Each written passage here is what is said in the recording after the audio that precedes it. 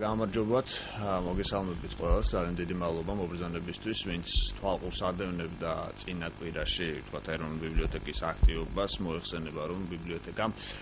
მიაღწია შეთანხმებას უკრაინაში და უკრაინაში გაიხსნა, იხსნება უпростоრეთ, მზაობა არის ამისთვის, ქართული ბიბლიოთეკა ჩვენი გაცვლითი სარეზერვო ფონდიდან, რომელიც შემოწირულობებით ივსება, ჩვენ ეროვნული ბიბლიოთეკა მოამარაგებს ამ თქვათ დაწესებულებას და ამ ყველაფერს მოყვა მეორე მე ვფიქრობ ძალიან მნიშვნელოვანი და სასიხარულო ამბავი სტამბულში ქართული კულტურის ცენტრში ბატონ გიორგი ირემაძის ხელშეწყობით და თქვათ იქაური დიასპორის რაღაც ნაწილის ხელშეწყობით ასევე იხსნება ქართული ბიბლიოთეკა და რაც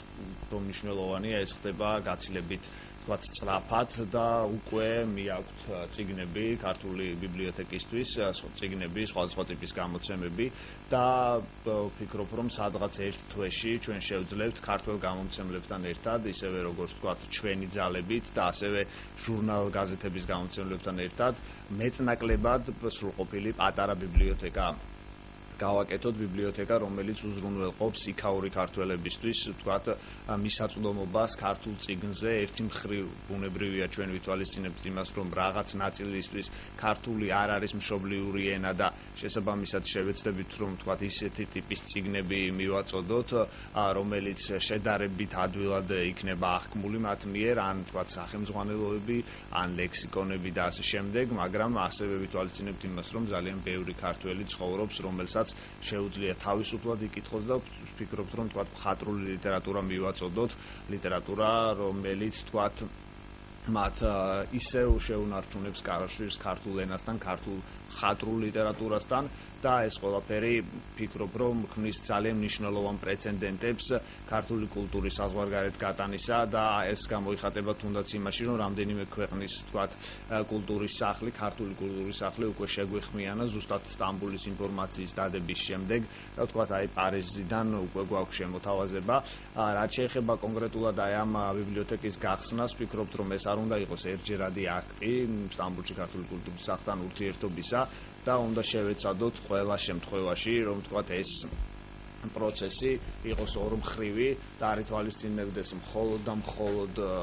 თქვათ იმ ტიპის აქტივობებს, რაც წიგნსაცავს ახასიათებს, ანუ დავგეგმოთ თქვათ კულტურული ღონისძიებები, დავგეგმოთ არა მარტო საქართველოს წარმომადგენლების ჩასვლა თქვათ სტამბულში თუ თურქეთის სხვა ქალაქებში, ასევე იქაური ქართველების ჩამოყვანა და არა მარტო ქართველების ჩამოყვანა და ასევე რაც ძალიან მნიშვნელოვანი ამბავია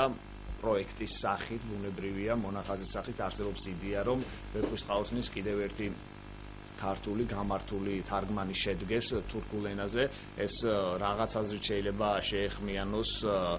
ვეფხისტყაოსნის გამოცემის,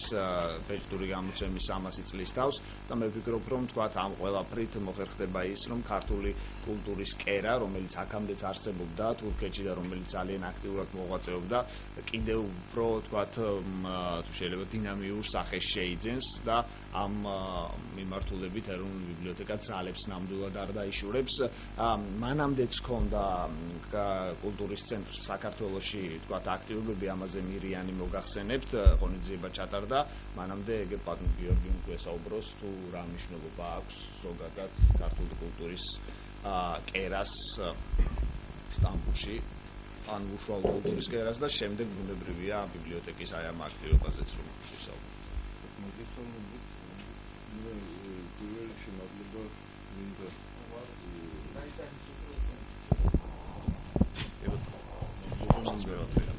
გითხრათ ეროვნული საჯარო ბიბლიოთეკის სახით პირადად თქვენ და ასეთი რეალური შემოთავაზება დიდი ხანია არ ყოფილა ჩვენ იქაური კულტურის კერასთან. ჩვენი შეთანხმება მოგახსენებთ, რომ 15 წუთში მოხდა, ძალიან მალე მოხდა, იმიტომ რეალური შემოთავაზება იყო და იქაური ქართველების თვინ, მოღვაწე ქართველების თვინ ეს დიდი ხანია ოცნების დონეზე იყო. რა თქმა უნდა, ამით ეს დაწყება უნდა იყოს და იმდენი სამუშაო არის, იმდენი ურთიერთ თანამშრომლობა შეგვიძლია, რომ თქვენაც თქვით ვეფხისტყაოსანის თურქულად გადათარგმნაზე ეს უსერიოზულესი რეკლამა, ქართული კულტურის რეკლამა მოახდეთ მთელი თურქეთის მასშტაბით, მარტო ეთნიკური ქართველებში არა, თვითონ თურქეთის. კულტურის კერა, ქართული კულტურის კერა თურქეთში დაახლოებით 30 წელია არსებობს და 30 წლის განმავლობაში მეტნაკლებად ზოგჯერ შეზღუდავად, ზოგჯერ შესაძლებლობის მიხედვით, რომელიც ეთნიკური ქართველების მისიონს ემსახურება, მაგ მისიონზე სერიოზული ის არის, კდება ეს კულტურა იქ, კდება და ამ სიკვდილის გაჩერება არის ჩვენთვის თავარი. და თქვენი წინადადება იმიტომ ჩვენთვის მისაღები კი არა, ეს ოცნების დონეზე იყო და დიდი მადლობა მასეთი შემოთავაზებისთვის. თქვენ შესახებაც შეიძლება თქო ისე ყველა. მე ქართული ხელოვნების სახლის დამფუძნებელი ვარ და თურქეთში რაც არსებობს კულტურულ საზოგადოებებთან ყველასთან კავშირი მაქვს. 30 წელია მაგ მისიონს ვემსახურები მასეთი მოღვაწე ადამიანი ვარ. მირიანიც ვეთქვის ალბათ სიტყვას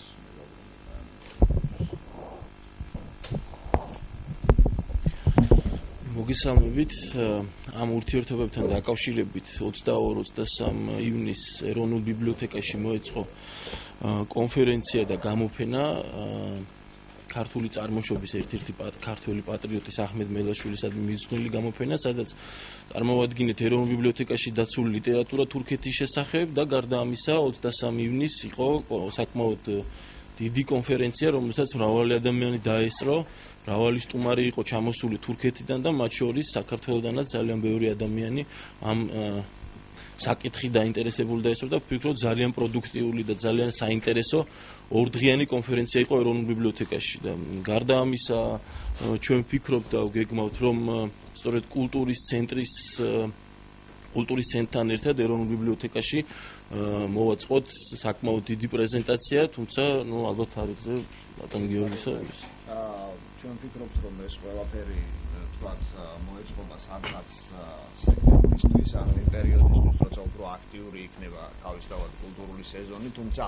ის რომ ზაფხული თქვათ ძალიან თუ შეიძლება ასე ითქვას არის პროდუქტული პერიოდი სამუშაოებისთვის, შავი სამუშაოებისთვის, ეს მოგეხსენებათ და აქედან გამომდინარე ძირითადი ნაწილი ზაფხულისა დაეთმობა ამ წიგნების მომზადებას და გაგზავნას, რომელიც შემოწირულობებით არის თქვათ მიღებული ეროვნულ ბიბლიოთეკაში და ასევე მე ვფიქრობ რომ თქვათ ჩვენ უნდა გავუშვათ რამდენიმე თანამშრომელი დროებით მაინც, რომელიც მიეხმარება თქვათ ბიბლიოთეკის სახის მიცემაში, აი ამ კუთხეს, იქ არის თქვათ რაღაც კატალოგიზაცია და ასე შემდეგ საჭირო და რაღაც სადღაც სექტემბრისთვის, როდესაც ჩვენ უკვე იქ თქვათ გვექნება ბიბლიოთეკა, ასევე სიმბოლურად დავამთხვევთ რაღაც აქტივობას თბილისშიც, გავმართავთ კონფერენციას, შეიძლება სამეცნიერო კონფერენციას, ასევე შეიძლება იყოს რაღაც კულტურული ტიპის ღონისძიება, ასევე უკვე იმედი მაქვს რომ დავაანონსებთ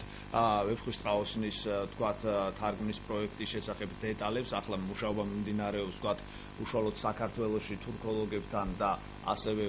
თქვათ თურქეთში, რომ მოვძებნოთ პოეტი, ადამიანი, რომელმაც იცის თქვათ სალექსო ფორმები, სალექსო საზომები, რომელიც მიეხმარება ბუნებრივია აქაურ მთარგმნელს, ქართულენოვან მთარგმნელს და ეს არ არის თავისთავად ესეთი ადვილი პროცესი, მოგეხსენებათ ვეფხისტყაოსნის სირთულე ერთი მხრივ და მეორე მხრივ სირთულე მისი თქვათ უცხო ენაზე გადატანისა და ამას დაჭირდება გარკვეული დრო, თუმცა მე ვფიქრობ რომ ის რომ ეს ყველაფერი დაიწყება მადლენ გიორგის დახმარებით პირველ რიგში არის ძალიან მნიშვნელოვანი ამბავი. აქამდეც არსებობდა თურქეთში, თქვათ, ვეფხისტყაოსნის თარგმანი. ჩვენ ვფიქრობთ, რომ ორი თარგმანი არსებობდა, მეორე თარგმანზე დაყრდნობით განვახორციელოთ პრინციპში, თქვათ, ეს პროექტი სამი თარგმანი, მაგრამ ის მესამე არ არის ცნობილი. და ხო მესამეზე დაყრდნობით განვახორციელოთ პრინციპში და თქვათ, თუ ჩვენ ამას მოვახერხებთ ამის დაწყებას ვეფხისტყაოსნის წლისთვის, კიდევ ერთხელ ვიმეორებ, იქნება ძალიან ლამაზი და მნიშვნელოვანი სიმბოლური აქტი. ძალიან დიდი მადლობა, თუ კითხვები გაქვთ, შეეუნებით მოგისმენთ, თუ არა და სინქრონები ჭარბ. დიახ, ეროვნული ინიციატივა, მაგრამ ეს არის ორმხრივი ინიციატივა. პროექტს კონკრეტული სახელი არ აქვს. ჩვენ ვცდილობთ, რომ თქვათ, სხვადასხვა ქვეყნებში, უშუალოდ იმ ქვეყნის ბიბლიოთეკებში გაიხსნას ეროვნული ბიბლიოთეკის კუთხე სიმბოლურად და თუ კი არსებობს რაღაც ტიპის ცენტრები, იქნება ეს სახელოვნებო ცენტრი, სამეცნიერო ცენტრი თუ კულტურული ცენტრი, თქვათ, იქ იმის ბაზაზე, იქიდან გამომდინარე, რომ მათ უკვე აქვთ ოთახი და მოგეხსენებათ რაოდენ ძნელი არის თქვათ საზღვარგარეთ რაღაც ტიპის შენობის თქვათ მოპოვება ამ თვალსაზრისით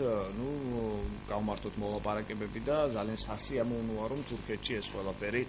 ძალიან სწრაფად მოხერხდა. კონკრეტული სახელი ამ პროექტს არ აქვს.